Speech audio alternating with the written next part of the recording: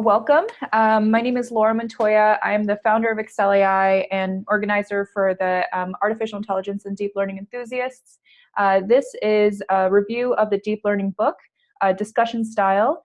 We are covering Chapter 2 today. And before we get started, I want to just go over some of the general guidelines for participants and attendees so we can preface the discussion. In general, the way these sessions are run is a facilitated discussion. So we cover the topics in the deep learning book, specifically in artificial intelligence. We have a volunteer presenter sign up each week to prepare in advance, put together a little presentation for us, or if they want to do it freestyle, they can do that as well. It doesn't have to be a super long presentation, anywhere between 10 minutes and an hour. But the goal is not necessarily to have this individual lecture to participants. It's more to facilitate a discussion and really make sure that people are learning through collaboration and through kind of generating ideas from the group. So in this way, we really want to incentivize people to grow and learn together and to create a community of learners together. So general attendee guidelines. We do ask that anyone that attends tries to read the material in advance if they can, and bring some good questions or insights that they found that they want to share with everyone else. In general, we prefer for people to be on time. Obviously, latecomers can be disruptive for online discussions or discussions in general, but obviously we're not going to kick anyone out for joining us late. We do ask that you please use a headset and are in a quiet location if possible. Have a good internet connection. Good audio quality is always essential in these type of sessions. When you first join, I have set up so that you'll be automatically muted. And we do ask that you keep your microphone muted until you're ready to speak. That way, if there's any background noise, it won't cause a problem for the other participants or, of course, for the recording as well. So thank you guys for that. And but we do want to definitely encourage you, whenever you want to interject something or want to say something, please just unmute yourself and feel free to jump in. You do not have to wait for a specific time to do that. And then if you are going to be talking about a specific section of the book, or you want to point to a resource that you found online, like a figure, an image, a video, feel free to have it on your laptop so that you can do a screen share. We do encourage you to share, outside resources and materials as well when it comes to this type of discussion session. And then we really want to point out that there are no silly questions. A lot of people in this group are brand new to artificial intelligence and deep learning. And so we want to make sure that they feel comfortable to ask questions and really have that opportunity to learn and grow and feel like it's okay if they don't know something yet. That's how you learn. And lastly, for the guidelines, the AI deep learning enthusiast has strict guidelines regarding discrimination based on gender, ethnicity, sexual orientation, class, or prior experience and educational background. So we want to make sure that everyone understands that violators will be removed from the group immediately and will not be able to attend or participate into future sessions. And we do ask, of course, if you can, give a donation to our Open Collective. Open Collective allows us to run this meetup, as well as our nonprofit organization. We are a 501c3 nonprofit, and any donations made to our organization are tax deductible. So with that, let's go ahead and get started. Usually what I like to do is actually have all the attendees give a little short presentation about themselves, give us some information so we can have more collaboration through this session. So I can start. And basically what I'll be asking you to share is your name, your prior experience level, and then why you're getting started in deep learning or AI, what brought you to this specific discussion today. So my name is Laura Montoya. Again, I'm the founder of Excel AI and an organizer for the AI Deep Learning Enthusiasts. I've been learning about artificial intelligence and deep learning for about 2 years now. I transitioned into tech from biology and physical science, which is also technical, but not exactly the same as engineering.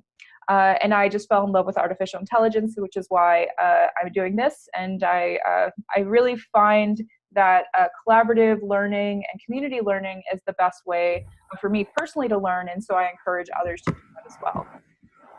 So I'm going to ask each participant one at a time to do the same. If you can just give a short introduction. So it looks like Jose is already unmuted. Jose, do you want to introduce yourself? Sure. Can you hear me okay? Yes. Right. So my name is Jose. I'm in Berlin, Germany right now. So I'm the founder of Data Science Retreat, and we've been teaching deep learning for 4 years now. Great. So, but I was not the teacher. I only started teaching maybe last year. So I have the book laying around. I have to finish it at some point. So I kind of motivating myself by listening to this kind of reading groups. So awesome. Yeah, thank you for organizing it. Yeah, thanks for joining us. Sure. Okay, great. And then let's go down the line. So Frankie, would you mind introducing yourself? I think my audio is off. Can you hear me? It's on. We can hear you now. Yeah. Oh, okay. Sorry, I had some audio problems. So could you repeat what questions? Yeah, just in general, do you mind introducing yourself, maybe saying your background experience in AI or deep learning, and kind of what brought you here today, what interests you about the deep learning book? So I guess my past experience was, I guess I did the CS229 at Stanford, which is, I guess, the Andrew Ng's class on deep, actually that's not deep learning, I'm sorry, that was just machine learning. And they only had like one section on deep learning. So I thought that it might be good to just pick up a book and go more into depth into that. Mm-hmm. Yeah. Great, thank you so much. Okay, great. So let's get the third person. So Frankie, I'm going to mute you again. Again, feel free to unmute yourself whenever you're ready to talk. So it looks like we have Manoj. Would you mind introducing yourself? Yeah, sure. So I'm Manoj Gautam. Currently, I'm working as a data engineer here in Financial District, ESF. And I did my master's in computer science, and deep learning and machine learning is something I'm really interested in. And since I'm working on big data world and I'm playing with the data, I just want to make value out of this data, so that I'm going through lots of books, and obviously this deep learning book is one of the good book that I found. And then I started searching for the meetups and I found this art meetup. So I joined, and I believe I will get more chance to the deep knowledge, whatever I have. So that's the core intent why I am here. Awesome. Thank you so much for joining us. Mm-hmm. Okay, great. So, and one thing I want to point out to everyone on the call, and then for people that are going to be watching online later, and just FYI for everyone, I do record these sessions and I post them on YouTube. I strongly believe in kind of open sourcing any material that we have and we share. And so part of that is our open source materials as well on GitHub. So if you haven't been on our GitHub, it's Excel AI, so ACCEL AI. And we specifically have one for this meetup, the AI DL Enthusiast meetup. And so we have some information in reference to the deep learning book review as well as our research discussions. So if you click on the link for the deep learning book review, you can see that we had previously gone through up to chapter 14 on this book. And so for each chapter, we just hosted them here in a separate folder or directory. And if you click on the specific chapter, we put in the links to the book, which are available obviously for free online. But then also we ask that each presenter or lead for the discussion shares their slides or any materials that they prepare in advance for these sessions. So here's a link to the slides for the online presentation. I actually put these together last year. And we also post links to the videos for prior recorded sessions as well, and links to any additional resources. So this is also open source if anyone wants to add to this, other materials or resources that help them learn along the way. we highly encourage you to do that. And if you'd like to go back and use these as a reference in the future, you're more than welcome to as well.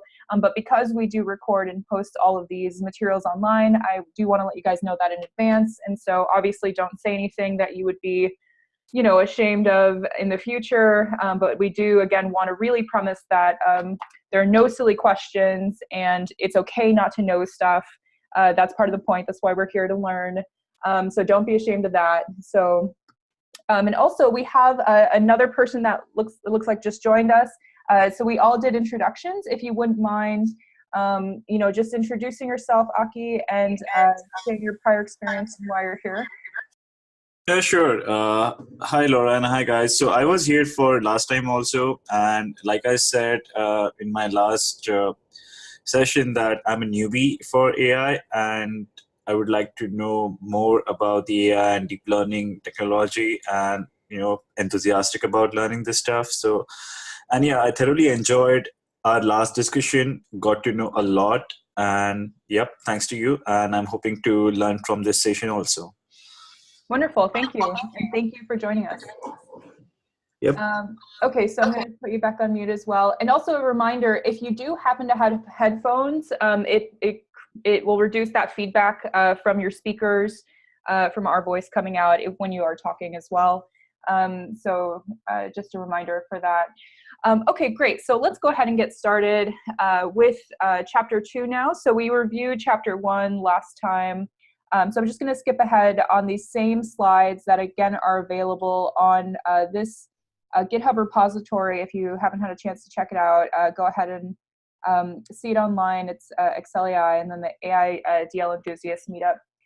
And this is just through Google Slides, so anyone can access it and go through it as well. I'm going to move this off screen. Can everyone see the slides okay that is currently watching? Yeah, I can see. Okay, good. Just want to make sure. Okay, great. So this chapter really just introduces linear algebra, which is one of the core knowledge concepts for deep learning specifically.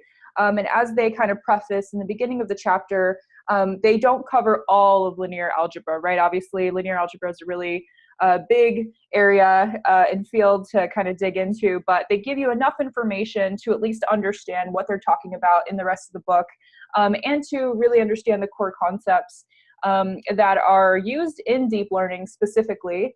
And so if you're not someone that has a background in mathematics, or if it's been a long time since you've done you know, really higher level mathematics, it had been a really long time for me since college. So this was a really great refresher with the first time I was going through it. And even now going through it again, it reminds me of things that I had forgotten. So just again, I don't want this to be like, you know, a presentation or lecture style, but more of a conversation. So feel free to jump in at any time.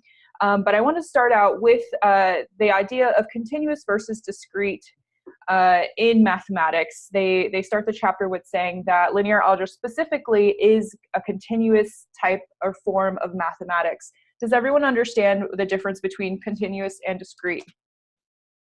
Sure. Yes. Sorry, was that a yes or no? Oh, yes. Yes. Yeah? Yeah.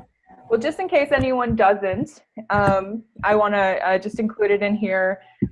So really the core concept is that continuous has an infinite number of steps, or can fall within a range of 2 specified numbers, while discrete is usually a finite bucket or value specifically, or it can be counted, right? So you're thinking of like an infinite amount versus like a very specific amount that can be counted. And so when you're thinking about continuous versus discrete mathematics, you can think of that in the form of variables. So like a continuous variable can take on any value between those specified variables, whereas a discrete variable is usually just like one variable. Or if you're looking at a graph, for example, a continuous function allows for it to be any range of x values on that specific graph, right? Whereas with discrete, it's usually just one specific value. So that's something to keep in mind. And so another way to think about it for continuous mathematics is it's something that can be measured, whereas with discrete, it's something that can be counted. So this was something that I didn't necessarily know in advance, but I figured I would just share it just in case anyone else wasn't as familiar with these concepts getting started. And also it looks like we have another person that joined us. Meher, we all introduced ourselves already and just said where, you know, our prior experience and why we're joining today. If you wouldn't mind just saying hi to the group and introducing yourself. Hey guys, hi, my name is Meher. I've been working on this. I've recently started working on the machine learning and the deep learning stuff from the last few months is what I can say. I'm very much interested to joining this session. Great, thank you so much. Thank you for sharing. Okay, so I'm going to put you back on mute as well. Jose, you unmuted yourself. Did you want to add something? Oh, no, I'm sorry. No, it's okay. You're welcome to at any time. I just wanted to make sure we gave you an opportunity to talk if you wanted to. Okay, great. So going through really the basics of linear algebra, understanding the difference between a scalar and a vector and a matrix and tensors, which are really like the building blocks of deep learning, right? You know, when you hear the word TensorFlow, you know, that's obviously where that comes from, tensors. But if you're not familiar with mathematics, potentially you don't really understand the difference between, you know, these different words. So really the basics, a scalar is a single number. A vector is an array of number arranged in a specific order. Most of the time they're indexed and can be counted by those indices. A matrix is a 2D array of numbers. So normally if you're thinking about it on a coordinate plane, then it'll be specific points that have their x and y axis included. And then a tensor is just an array with more than 3 axes, right? So if you're thinking about a coordinate plane, then it would be the x, y, and z axis, for example. So that's really the basic concepts of the scalar, vector, matrix, and tensors. And I put in an example from the book specifically, images here on the upper right-hand side. This is, of course, a vector. So just a single array of numbers, and that it can be either vertical like this, or if you take the transpose, you can see it actually horizontally shown as like a column, right? Instead of, yeah, actually it's currently a column, so you could see it shown as a row instead of a column. And then a tensor would be here at the bottom. Well, this is actually a matrix. This one is a 2D array of numbers. So this one, you can see specifically the coordinates that are aligned with each of them, or each of the values that are aligned with each of them. So example, the one on the upper left-hand side, A11, this is its location, potentially on the coordinate plane. If you're looking at it with x and y values, would be the upper left, and let's say the bottom right would be A22. So it would have like, you know, the x coordinate would be 2 and the y coordinate would be 2 as well. Yeah, so that's just super basic examples of the different values that you're going to be working with in linear algebra. And I included this little comic strip just for fun. Does anyone want to add anything to the slide, just in general, like maybe an anecdote that helps them remember, you know, the differences between a scalar and a vector and a matrix, or anything that they find valuable about these different ideas when they're working with linear algebra?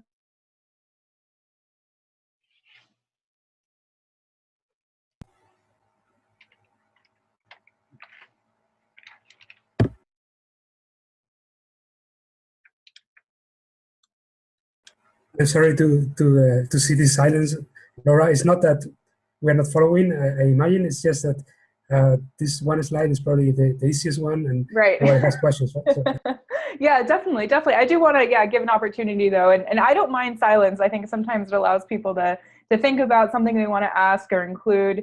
Are these concepts pretty straightforward to everyone? Was anyone unsure of any of these things, either coming into this discussion session or maybe in your prior experience, you know, learning about linear algebra?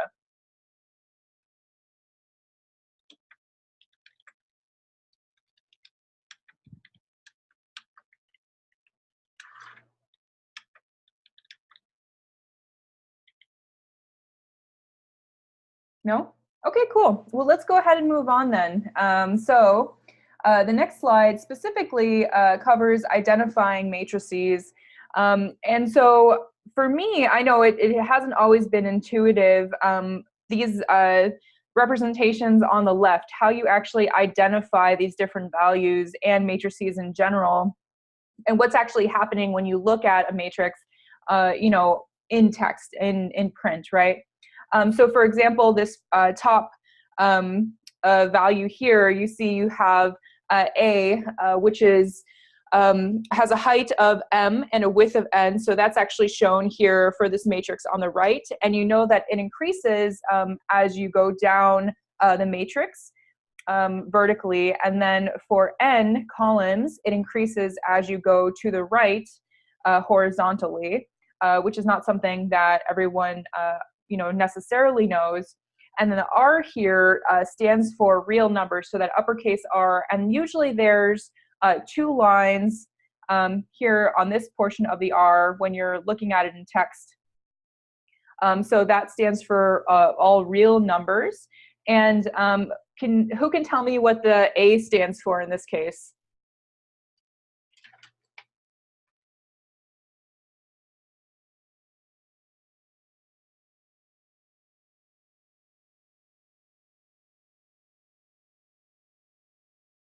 Anyone, feel free to jump in. What does the A stand for in this case?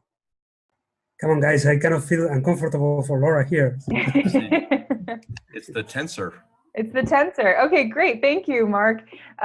Great. So yes, so a bold A can stand for a tensor. It can also stand for a matrix, right? So this one doesn't specify necessarily how many different values it has associated with it. So it could just be a matrix that's a 2D, has 2 dimensions, or it could be more than 2 dimensions. So it could be specifically a tensor as well. Great, thank you for jumping in. And then, so A to the m of n just stands for specifically that tensor or matrix. And then in this case, it would be 2-dimensional because it has m rows and n columns. Sometimes you see it identified here as A, I, and this should be a J, I'm pretty sure. And then also you can see F of A of I of J. Sometimes that way you're looking specifically talking about the function of that tensor. Oh no, this one should just be I. So let me fix that. Okay, great. So does everyone really understand when you're looking at a matrix how the numbers of the columns and the rows increase or decrease based on where you're at within that matrix and the coordinate system? Does anyone have specific questions in reference to this before we go on?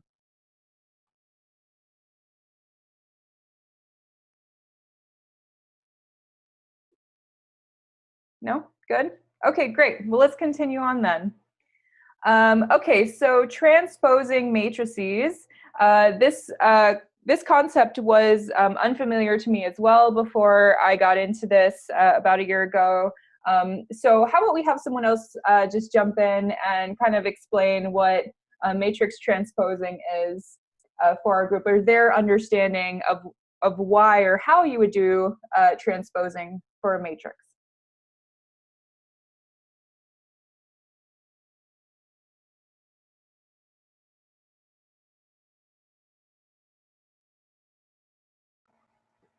Right, so the how is not so important because it looks pretty clear on the image, but the why is kind of interesting, right? So I know that it has some nice properties, but I don't remember what it was. Do you know?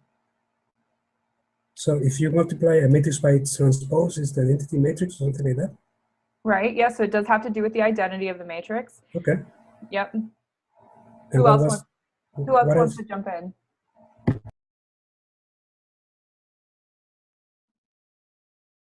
And I could just start unmuting you guys and asking you directly. Let's see. How about Aki?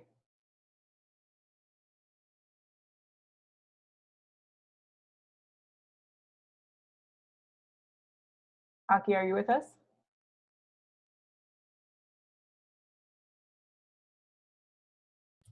Aki, you need to unmute.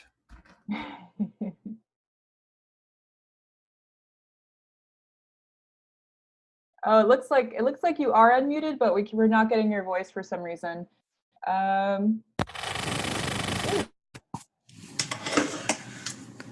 Hello? Yes, yeah, we can hear you now. Go ahead. Okay, so what I was saying is, like, I'm not sure about the, the exact, like, why do we transpose, but is it just to check the symmetry of the matrix? I mean, if we reverse the rows and the columns, and if we get the same matrix after reversing, I mean, I'm just assuming that just to check the symmetry of the matrix. Okay, so that's another theory. So you have the symmetry of the matrix, right? And then someone else brought up trying to identify or find the identity of the matrix, right, itself. Okay, what else? Why else do you guys think you would take the transpose of a matrix? Maybe when you're doing matrix multiplications, I mean, you may have to do the transpose, because unless the order is right, you may not be able to do the matrix multiplications. Mm-hmm. Okay, so allow for easier multiplication of the matrix. Okay, what else? What else is the point of this?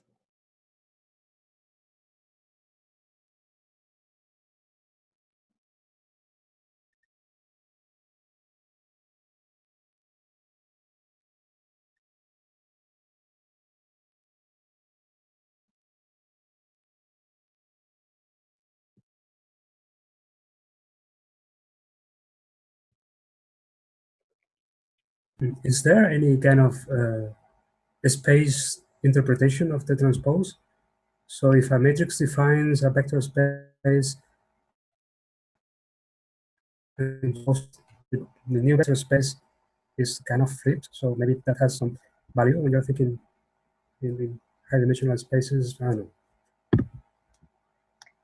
Okay, so so when you're looking at a multi-dimensional space or graph of the specific matrix, you're asking if by transposing it, you can get a better understanding of that matrix. Is that what your question is?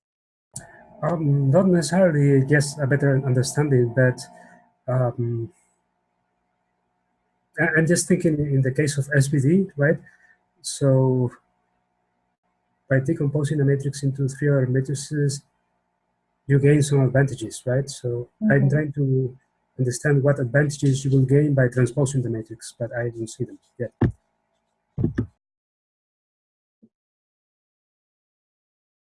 Okay, anyone else want to jump in?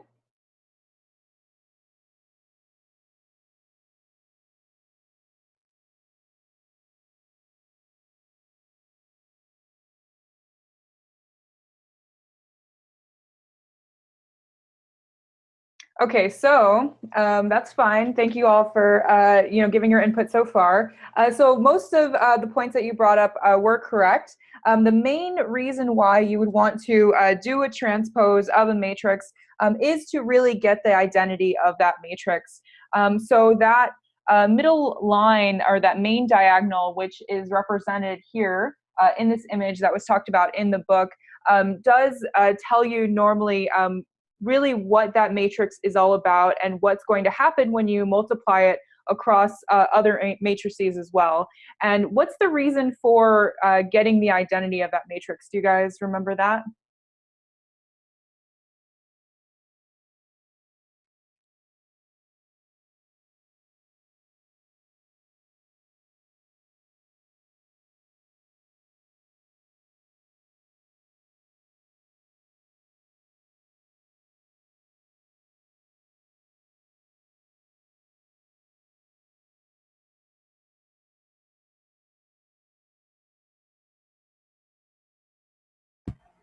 Well, I guess it just has the same abilities as if you're in the scalar world, just the number one, right? The unity.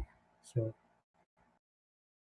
Yeah, so normally when you're multiplying between two different, let's say two different tensors, right? You want to see what's going to happen between different features of those tensor values, right? And you try to reduce all of the numbers within that tensor to either zeros or ones to tell you what the true identity is for that specific matrix. So what you do, if you take the transpose of it, you can see that diagonal line that would really tell you where this dimensionality is sitting within a coordinate plane, right? And then from there, you can see specifically how you rotate around those different axes of that dimensionality. So if you think about it, let's say if it's a 3-dimensional matrix or tensor, and you're looking for kind of that middle section or that that middle diagonal, and you want to rotate around that to look at every different aspect or a viewpoint of that specific matrix, right? You would want to find that identity line. So then you can kind of view every single part of it around the coordinate plane. Does that make sense to everyone?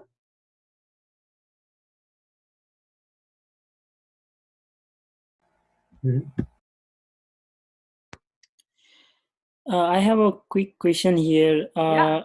I know this transposing concept, like mathematical concept, but I just want to see how we are like really using in machine learning or any algorithm, like what is the advantage of using this transpose matrix. So one of the advantages was what I was just describing, is really trying to find the location of all the positions of this specific coordinate plane, right, for this matrix, for this tensor, and where it's located within that dimensionality, right? So if you reduce it, you can really help by doing that, it'll help you cluster each of the sections and identify different parts of that matrix depending on where they're located along that diagonal line. So another question, please. Yes. So I'm not exactly sure. You mentioned the coordinate plane, you mentioned dimensionality, Yes. you mentioned rotation. So far, I don't think those concepts have been introduced with respect to a matrix. So perhaps before understanding the rotation or the diagonal, main diagonal, those concepts needs to be more squared out. Yeah, so we did talk about that a little bit in chapter 1. So let's go back to a coordinate plane specifically. So if you go into slide 3 here, and you look at this data representation, right? So you have the x-axis and the y-axis, right? So you're used to seeing this probably in reference to a graph. Here, let's do the drawing functionality again. So normally you're used to seeing this as a 2-dimensional system, right? Where you have the x-axis here and you have the y-axis here. The authors wanted to represent it in a different way. So you could also consider the z-axis, right? So if you're looking at it from the top of this Cartesian coordinate system, the z would be from the top and then would be going down through that system, right? So identifying that diagonal will help you to figure out the different polar coordinates available so that you can actually separate the data based on their values, right? So when you have a polar coordinate system like this and you want to separate out, you know, what type of data belongs to different sections, right, of that matrix. So for example, if you have an image that you're looking at and you want a computer to understand what's represented in that image, right? Like if it's a dog versus a cat, if it's a person versus like a background scene, right? All that the computer can understand is the data that's represented in that image in the form of pixels, for example. And all of those pixels are reduced down to specific values within a matrix or a coordinate system, right? So when a computer looks at an image, right, all they're seeing is numbers. And so those numbers are represented potentially as zeros and ones, let's say, within a matrix or within a tensor. So if they're a zero, so if we're looking for a specific feature that represents a human face, if it's a picture of a person's face, and you want to try to identify specific features that are common for every human face, people have eyes, right, and a nose and a mouth. And so all of these are represented as just features that are like lines or edges. So like you get two eyes, and you get the edges of the nose here, and then you get the edges of a mouth, right? So it's really basic. And then when it's represented here in a matrix, for example, all you're going to have is zeros or ones. So when an image is scanned specifically by a computer, it's looking for these different sections. If this is the whole image here, so when the computer scans this top left corner, right, they're not going to see any of those features, and so it's going to have zeros for that portion of the matrix, for example. But then when it gets to a section here that has an eye, it'll start to have ones represented, right? And so depending on where those zeros and ones are, or those other pixels are located within that matrix of this specific image, right, that's the representation of the image in another dimension. So if you think about it being on a coordinate plane instead, the way you can think about it is the computer's trying to separate out what would be parts of the face and what aren't parts of the face. Or if you're looking at it in a three-dimensional plane, here in the Cartesian coordinate, right, you would be thinking about it, well, what portions are on the x-axis versus the y-axis versus the z-axis, right?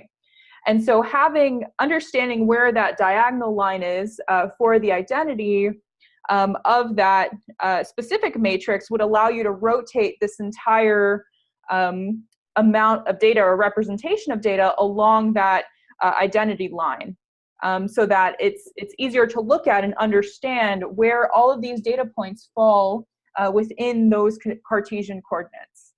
So I don't see yet the identity line corresponding to this coordinates at all. So can you explain why the diagonal line is mapping to a some sort of symmetry line or something like that? I don't see that. Yeah, so if it's so let's say so it's really hard to not, if you're not like in Matplotlib where, so this is a 2D version right here on this specific slide. If I had a 3D coordinate plane, it would be a little bit easier to show you guys. But if you just consider like this Cartesian coordinate system on the left-hand side, and then you're separating out by that identity line, right? And you're trying to rotate around it specifically, you can get a better understanding of where all of that data fits in, depending on the coordinate system, right? Depending on where it's located.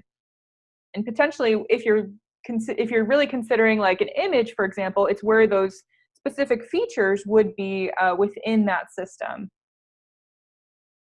I mean, for image, and you do the transpose. So suppose it's an image and your matrix represents the pixels in the image. The transpose, yes, corresponds to some type of coordinate transformation in there. But the diagonal line and the rotations around that, I don't see what's the importance of that part in the context of an image. And I'm trying to understand why the diagonal means anything in other contexts. Sure. Well, maybe one of our other attendees can explain it in a different way. That would make more sense. Does anyone else have a different explanation of the identity matrix, or specifically this diagonal line in a coordinate plane that they would like to share?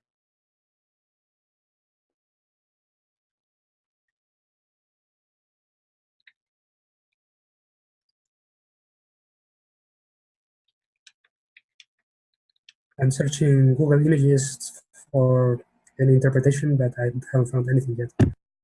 Okay.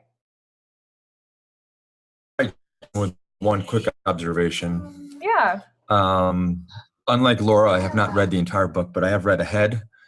And I think a lot of this first chapter stuff, first, second, third, maybe even the fourth, is just kind of the mathematical underpinnings for what we'll need later in the book.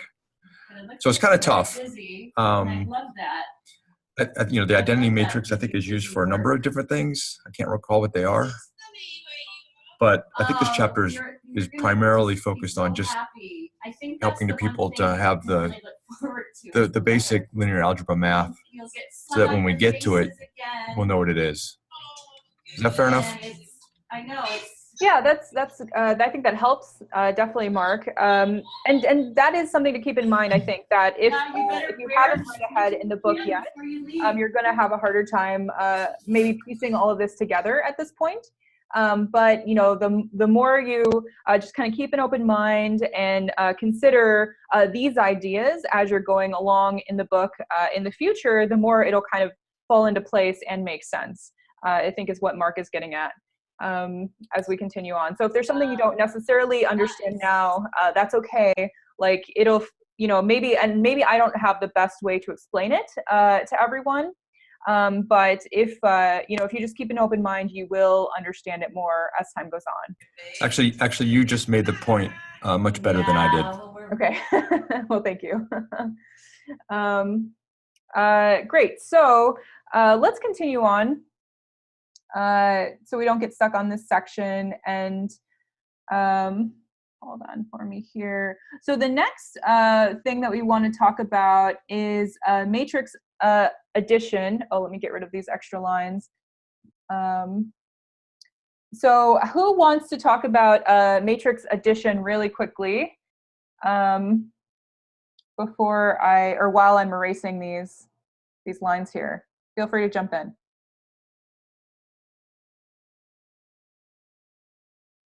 What happens when you add two matrices?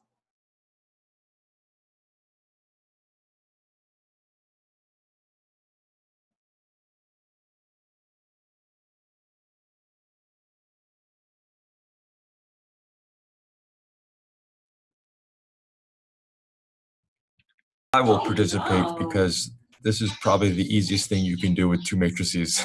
Yeah, yeah. So I'll leave the harder questions for other people. So yeah, if you have two matrices, they need to be identical in shape. So have the same number of rows and columns, and the same number of rows, same number of columns. You just go element by element, and you add them together. So row 1, column 1 plus of the matrix 1 plus row 1, column 1 of matrix 2, row 1, column 2 plus row 1, column 2, and on and on. And you end up with a matrix that's going to have the same shape as both of the operands. Great, thank you so much. Does anyone want to add anything to that? That's so nice.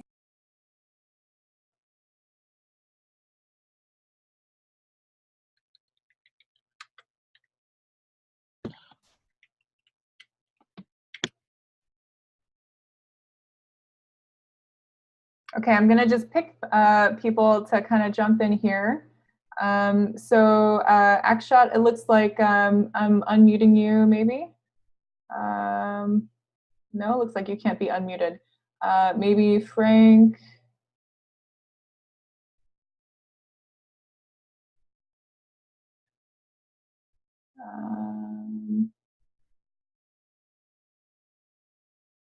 Okay, Manoj, you're the lucky one that I unmuted.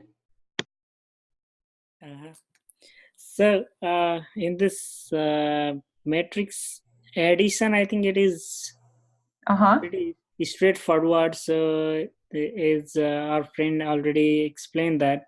So I think that's the only thing I'm seeing right now, and I'm just looking the other side where it can be beneficial in our like machine learning algorithm. So rule wise, we know like just adding up two metrics, but what kind of value it will bring, that's what I was thinking. So I couldn't figure out. So if that's why I did not speak up. Okay, so I'm sorry, you couldn't figure out what the value of adding two matrices together is? Yeah, like let's suppose here if we add two metrics in our like machine learning environment, what kind of result we are going to get, or what in which scenario we are going to add the metrics, and what kind of feature we are looking on that matrix.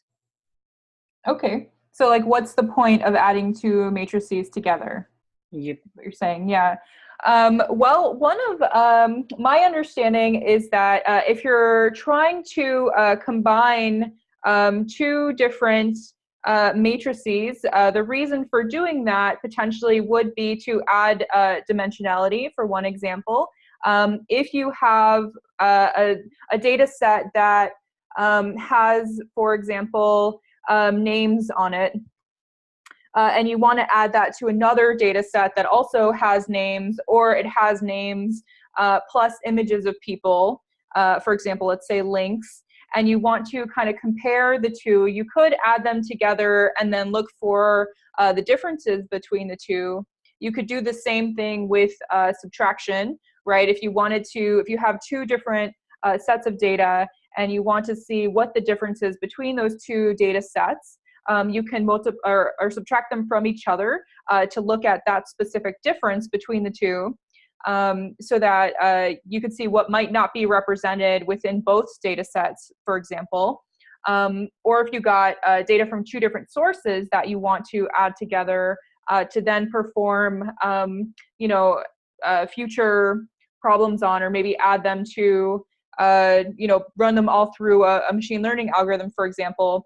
You can then add those two together, but you would also want to make sure that they're of the same data types. You would have to perform some cleaning and processing on them before you put it through the machine learning algorithm to make sure that it's all normalized, and that the system will learn properly from that data set. So those are a few different examples of why you would do matrix addition. Does anyone have anything to add to that? Like, why would you perform matrix addition specifically in a machine learning context or a deep learning context?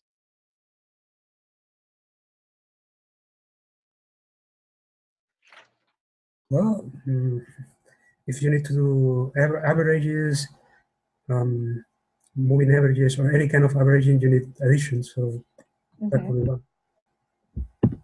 Great. Yep. So averages. So what's the point of averaging a data set?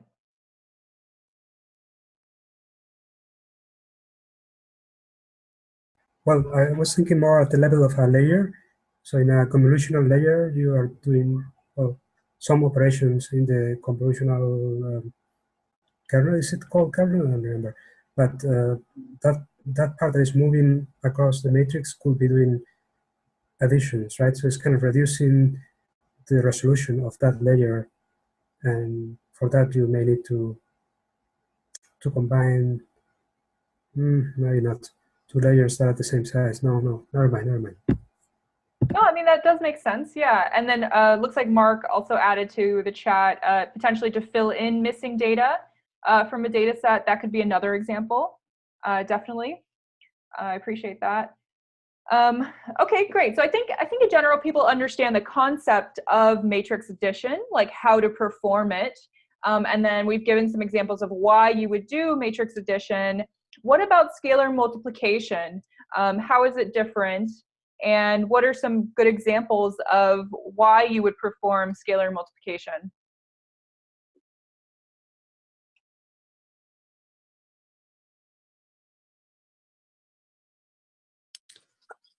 Maybe I'll take a shot at it. So maybe you're actually trying to scale all the vectors which are inside that matrix. So that way, say, for example, a particular plane or some sort of a coordinate system is not linearly separable. Maybe you might want to scale them by a factor so that now that these data points might be linearly separable, maybe in terms of your machine learning sort of your context, you're trying to scale it so that the direction is not lost, but at least they are actually multiplied by a magnitude so that the data set still sort of remains the same. Maybe a broader intuition of what we could do. Wonderful. Thank you. Thank you for sharing. Anyone else want to add to that?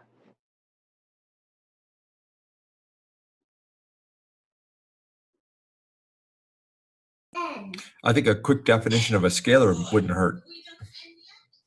Yeah, definitely. Well, we did go over that on the beginning of this chat. So a scalar Oh, is, my bad. no, it's okay. It's fine. For anyone that joined us late or wasn't here when we started, a scalar is a single number, right? A vector is an array of numbers arranged in a specific order.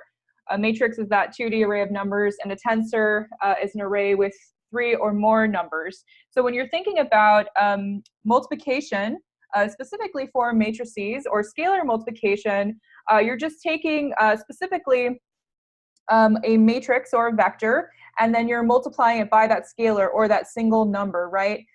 So that's right. If you want to add more dimensionality potentially, or if you want to look at a larger data set or see what happens across a data set if you multiply it by a specific number, then you would perform scalar multiplication specifically in order to do that across the entire data set and see how that data set is impacted by that multiplication. So definitely. Okay, let's move on. Normally, we only allow for about an hour for these sessions. We'll go a little bit over due to the technical difficulties that we had earlier. But I think we'll probably cut off, I would say at like 11:10, just be mindful of everyone's time today.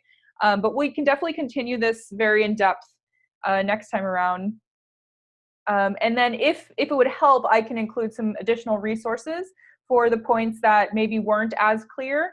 One of them I'm thinking about is the identity matrix. And I did find, just so you guys know, a really great resource. And you guys are probably familiar with this already. I'm going to put it on the slide here. Khan Academy is an amazing resource for really basic mathematics, linear algebra, pre-calculus, which are all really required to understand deep learning and machine learning in general. So here, Khan Academy goes really into depth in reference to identity matrices, why you would use them, what the definition is, and so on. So I'll put a link to this as well in the chat for you guys. If you want more information about that, feel free to look at that specifically. And then also, if you find other resources that you want to share that are helpful for you, please share those with the group. But let's jump into the next section, broadcasting. So broadcasting was a very foreign idea to me too when I first started out.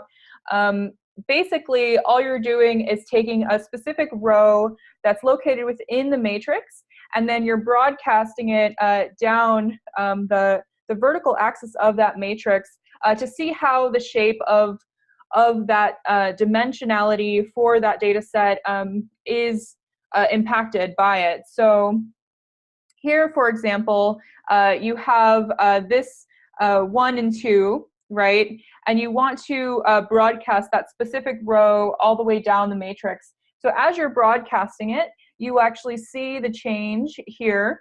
So you have 1, 3, and 5, and then you're broadcasting the 2, for example, on the right-hand side. So that changes if you look at the bottom section.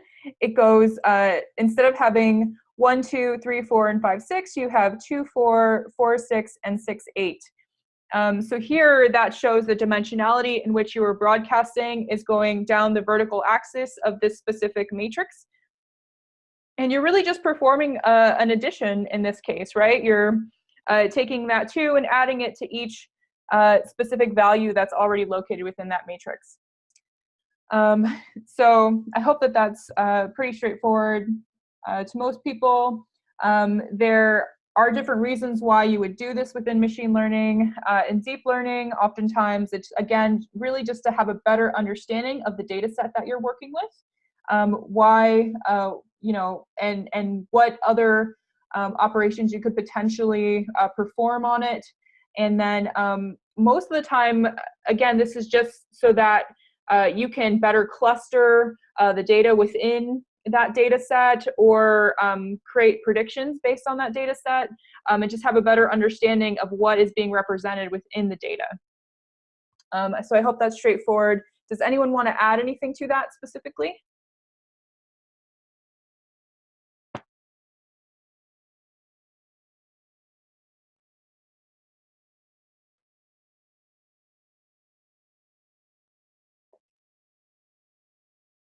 No? Okay, we can move on. So matrix product. So this is, again, a very straightforward operation that happens within linear algebra, and something that you have to get very used to and have a good understanding of if you're going to do deep learning and machine learning. And so similar to addition of matrices, when you're doing multiplication of matrices, you just take it one value or one column or one row at a time. So who wants to kind of describe this in their own words for the rest of the group?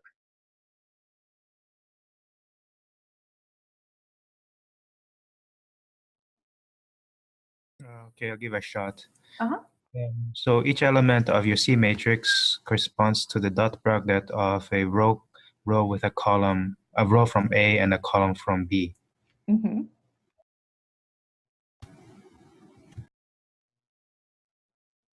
So let's say if A11, for example, in this diagram here, was a 5 and B11 was a 10, what would C11 equal?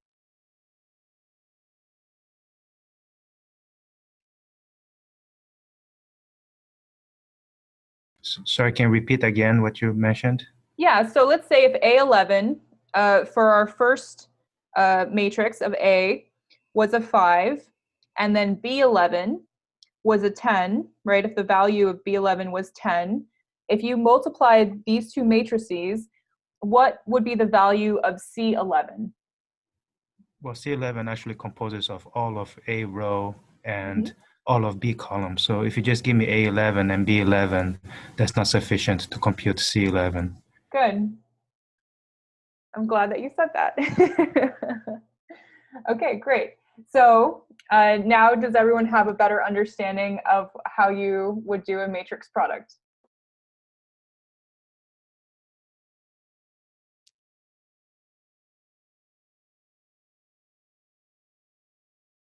Does anyone want to share why you would do a matrix product? Maybe just trying it out. I'm not sure if it would be right or wrong, but as we are actually doing a dot product of all the vectors and adding that up, maybe we are trying to see if B vector, I mean B11 to Bn would represent the features, say for example, and A11 to A1n would represent some sort of an importance of the features. Maybe multiplying this by this would actually combine the importance of this particular features, or say for example across this one column or one row. Maybe just an intuition I have. Yeah, so it would give you a better understanding of the data that's represented within those two matrices, right? Yeah. Yep. Okay. Does anyone else want to add to that?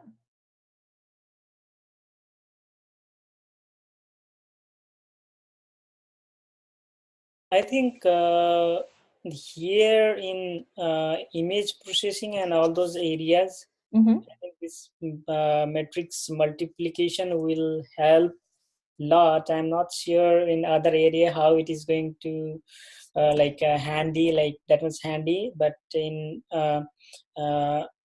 this image processing side, if you are doing the edge detection and all those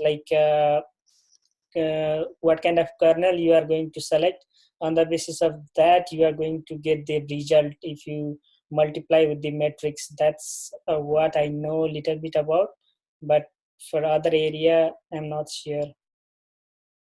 Okay. I think one more point what I want to add is, I think if you multiply a vector with a matrix, right, it would probably go transpose that, or not transpose, actually go put that vector probably into a separate dimensions and whatnot. It would certainly help to analyze that data set as well as to actually put that into a completely different dimensionality and whatnot. And we could go represent this matrix as a bunch of your vectors of some dimensions. Right. Great. Thank you. Okay. Does everyone understand that? Does anyone not understand matrix products at this point that would like a further explanation?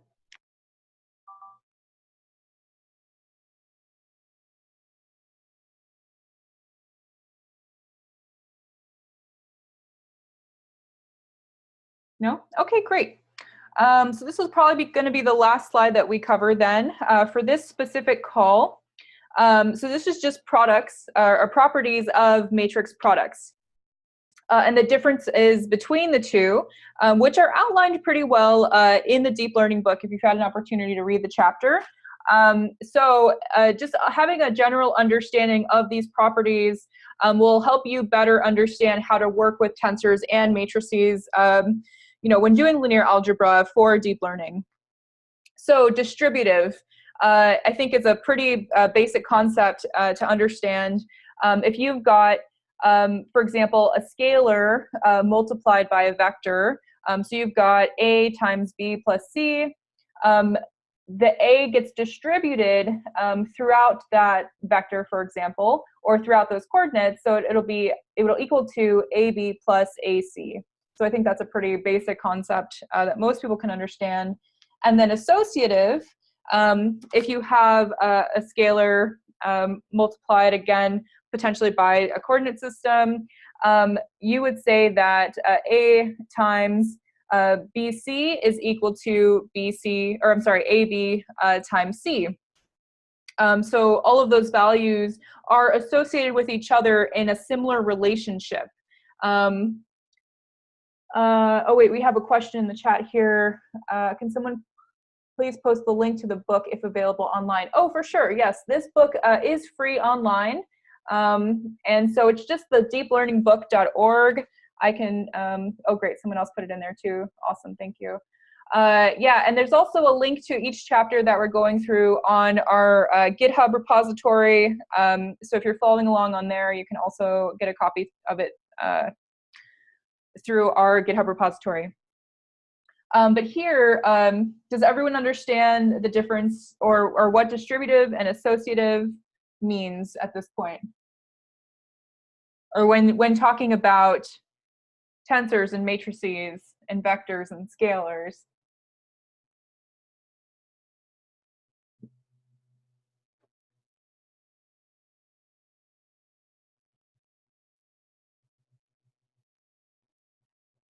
So commutative, can someone explain commutative for us as represented on this slide?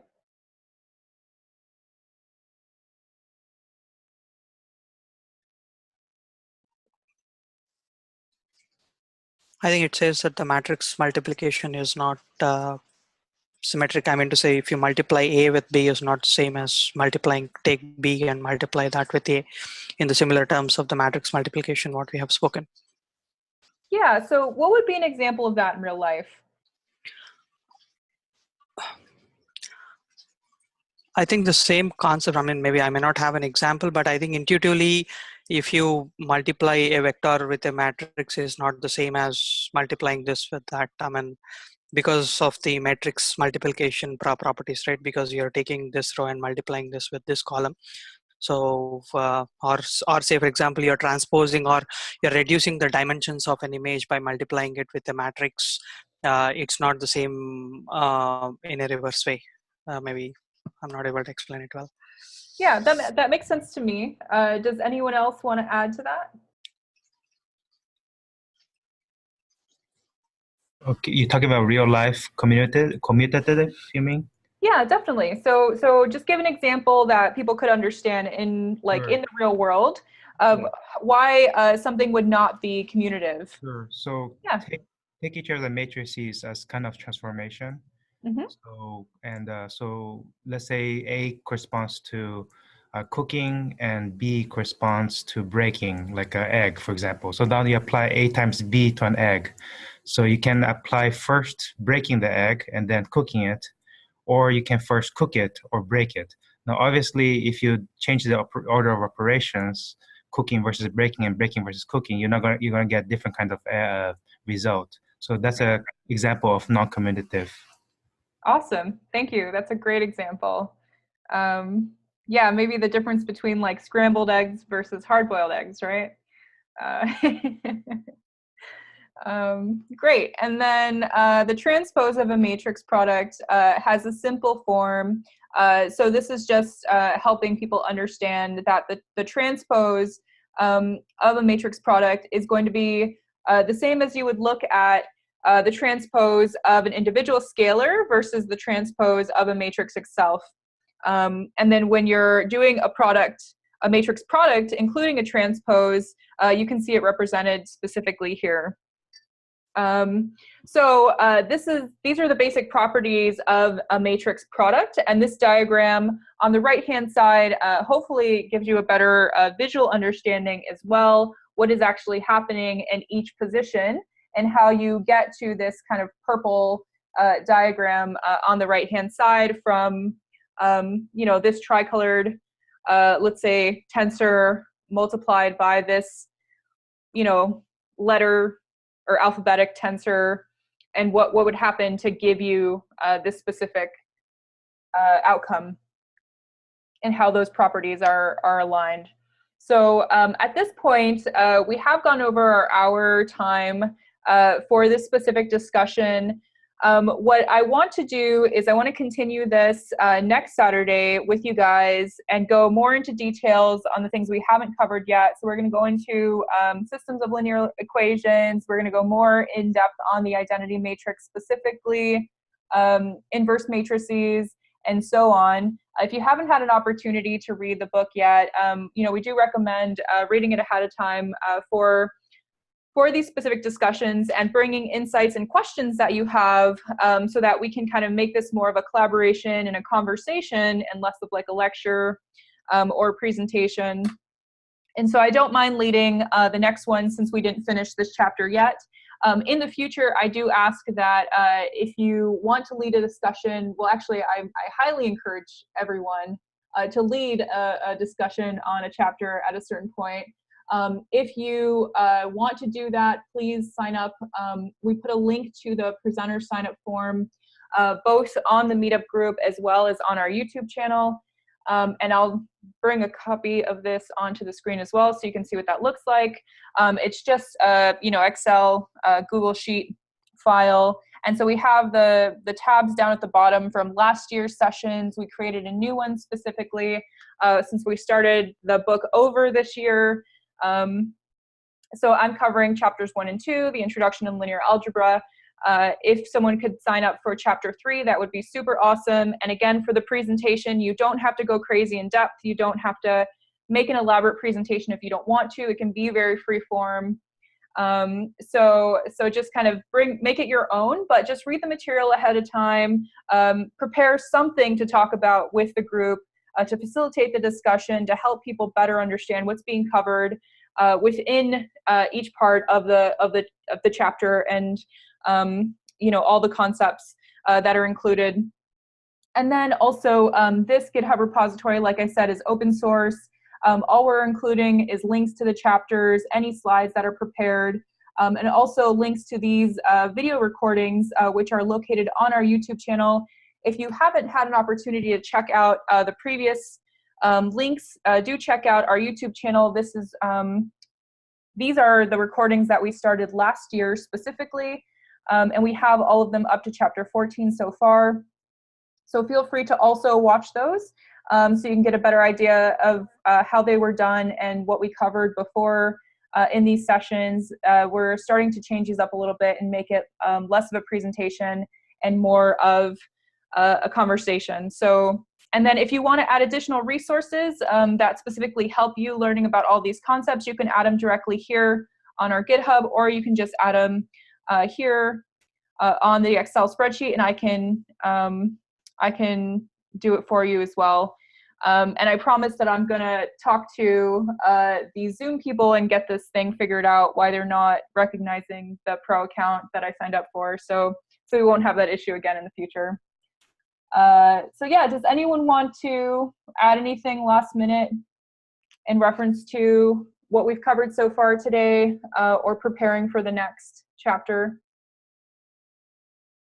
I have a quick request. Yeah. Since I'm going through all these mathematical concepts, I'm getting that mathematical concept, but I'm trying to map that mathematical concept in our deep learning algorithms, where we're going to apply this, or what is the reason like behind it, why we are learning this mathematical concept. So if same thing, like if we are talking about matrix multiplication, then if we can put some example where it is going to be a helpful and how it is going to impact. So if we can add that small portion, I think that will be helpful. Yeah, definitely. So more examples specifically related to machine learning and deep learning in reference to the mathematics that are covered in the book. One of the points we did bring up earlier was that, you know, as we continue on, you'll see how all of this mathematics is related and incorporated to machine learning and deep learning. This specific chapter just talks about the mathematics without going into how it's correlated. But they will do that as we go on into each chapter. But I'll definitely make sure to provide some more specific examples on our next discussion. And then, yeah, definitely for other people that lead discussion sessions, if you can provide real world examples, that is incredibly helpful and allows people to kind of connect the dots as to why you're doing this. And another thing I wanted to bring up specifically for this GitHub repository, what I wanted to start doing is actually adding code as well, along with the videos and the video resources and the additional resources for learning. So I started this really basic linear algebra with Python and NumPy example. This is in a Python, a Jupyter notebook. So you can start seeing some examples of how to use linear algebra and really really basic Python examples, you know, with NumPy as well in this Jupyter notebook. And if you're not familiar with Jupyter or how to get started with Python or scikit-learn or the Anaconda distribution, we do hold sessions as well on how to do that, how to get them all uploaded into your computer and get started with them. So if that's something that you want help with, please just reach out to me and I'm happy to do that. Oh, someone asked in the chapter, could I comment why the previous session did not finish the book? Yeah, definitely. As you get further and further into the book, the material gets much more dense. And I think oftentimes people just, you know, aren't necessarily as confident with what they understand in the material. And so less and less people were willing to kind of volunteer to present for the future sessions. And so it got much harder to get other people to volunteer to kind of present or lead a discussion. And I am happy to jump in where I can to lead discussions. I personally don't want to be the only one leading or facilitating a discussion each time, even though I'm happy to like set these up and organize. So that's part of why people didn't finish the book last time. So that's one of the reasons why I want to greatly encourage everyone to, like, even if you don't think you fully understand, or you know you're new to this is your first time, I personally have found it incredibly valuable to my learning to actually teach others, right? By teaching others, you find more gaps and holes in your knowledge base. Other people will ask you questions that help you realize what you do and don't know. So it'll build your confidence. It'll also build insight to what you don't understand and what you can better understand, what you can dig more into. So even though it can be stressful and can give you anxiety to like expose your ignorance, it is incredibly valuable to do so. And so that's part of why people we didn't finish the book the first time. So I'm hoping we can finish the book this time and that enough people step up to help us facilitate these sessions going forward. But yeah, as I was saying, you know, I would like to also, something that the book doesn't do is have real world examples, right, that people would use and actually apply all of these concepts in code. So that's something I would like to also build into this repository. So that's what I've started doing here with linear algebra, Python and NumPy. So I'm trying to go into the basics already, having examples of vectors and matrices. I need to add more to this, but this is just to get us started. Feel free to fork a copy of this GitHub repository and you know, get it down on your local machine, start playing with it. If you do just fork a copy and then, you know, clone it onto your local machine. All you have to do once you have the Anaconda distribution downloaded is just type in Jupyter Notebook once you're in the directory through your terminal. If you don't understand how to do all of that, reach out to me. I'm happy to help you. And we also host sessions to get people started with the Anaconda distribution on their local machine. And we're going to be hosting a session in person, getting people started with TensorFlow coming up in early March. So if you have an opportunity to join us in a few weeks from now on the weekend, I would say that would also be a really great opportunity to kind of get started with these things in person. So with that, I would like to wrap up this session, and I want to thank everyone for joining us today. And I promise to go more in depth into linear algebra and to have more real-world examples for you next time as we continue on chapter 2 next Saturday. So thank you guys, and I'll talk to you soon. Thanks a lot.